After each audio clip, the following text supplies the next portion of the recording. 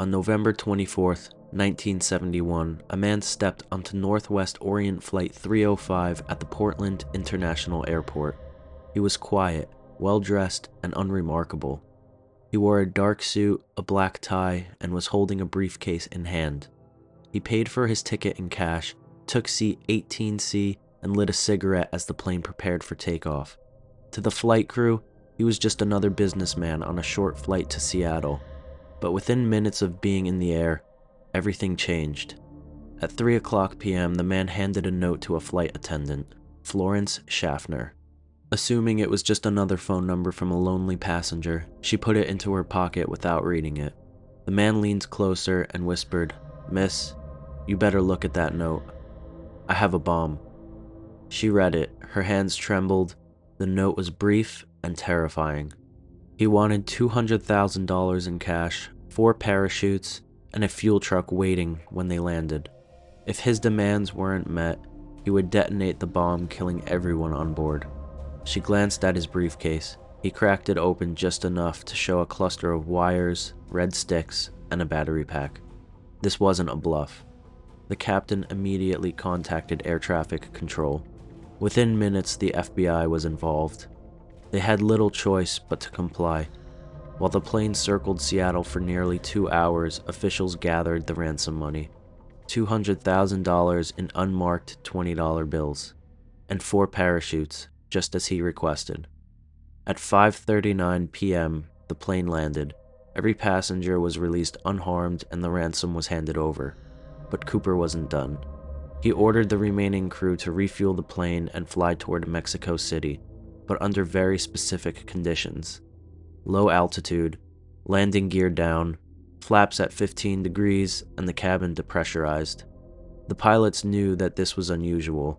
Cooper was planning something. At 7:40 p.m., the plane took off once more, heading south. The flight crew was confined to the cockpit under Cooper's orders. They never saw him again. Somewhere over the dense wilderness of Washington's Cascade Mountains, in the middle of a raging storm, Cooper did the impossible.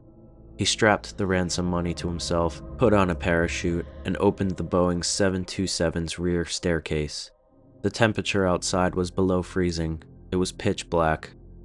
He jumped into nothingness.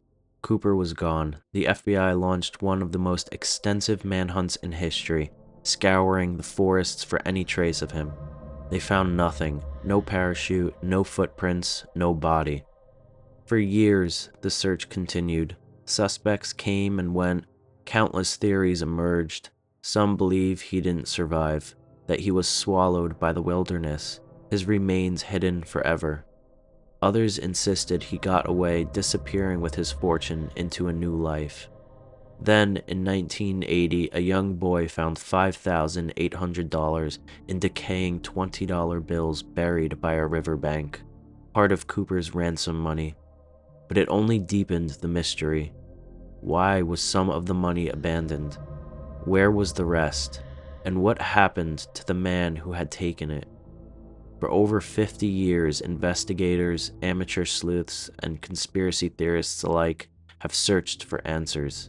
But D.B. Cooper's fate remains unknown.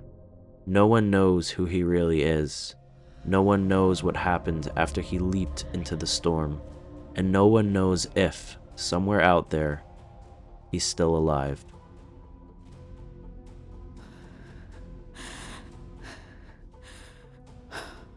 It was Christmas Eve, 1945, and the Sodder family home in Fayette, West Virginia was filled with holiday cheer.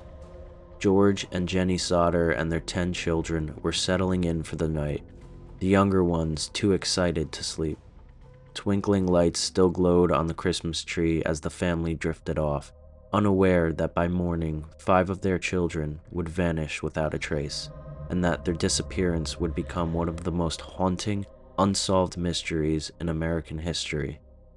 Just after midnight, a fire erupted in the house. Flames spread rapidly, consuming the structure with an unnatural speed.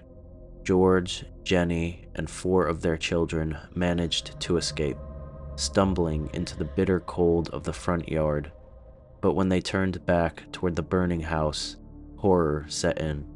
5 of their children, 14-year-old Maurice, 12-year-old Martha, 9-year-old Louis, 8-year-old Jenny, and 5-year-old Betty, were still inside.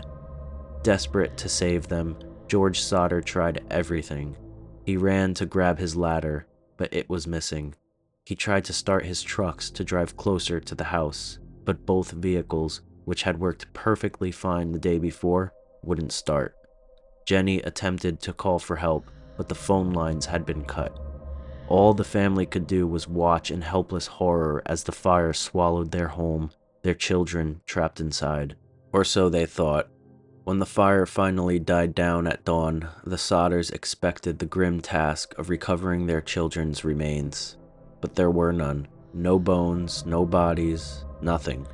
The fire chief said the flames had completely incinerated them. But then came the strange details. A witness reported seeing the missing Sodder children in a passing car as the fire burned. A woman at a diner miles away claimed to have served breakfast to 5 children matching their description, accompanied by 2 unknown adults.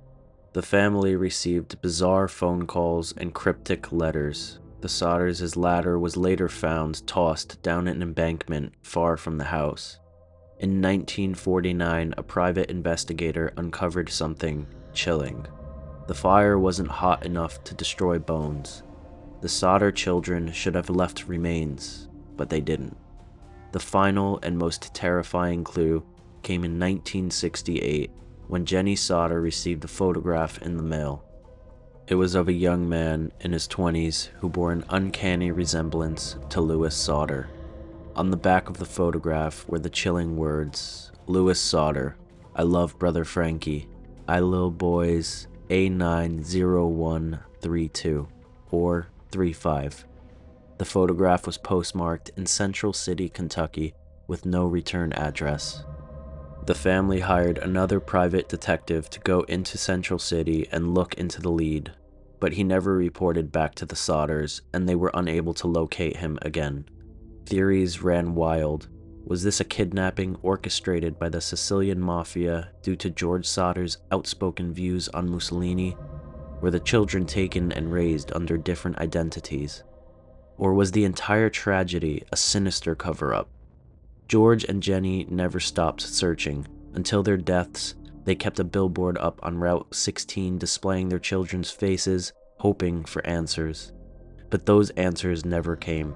Today, the fate of the Sodder children remains one of the most haunting disappearances to date.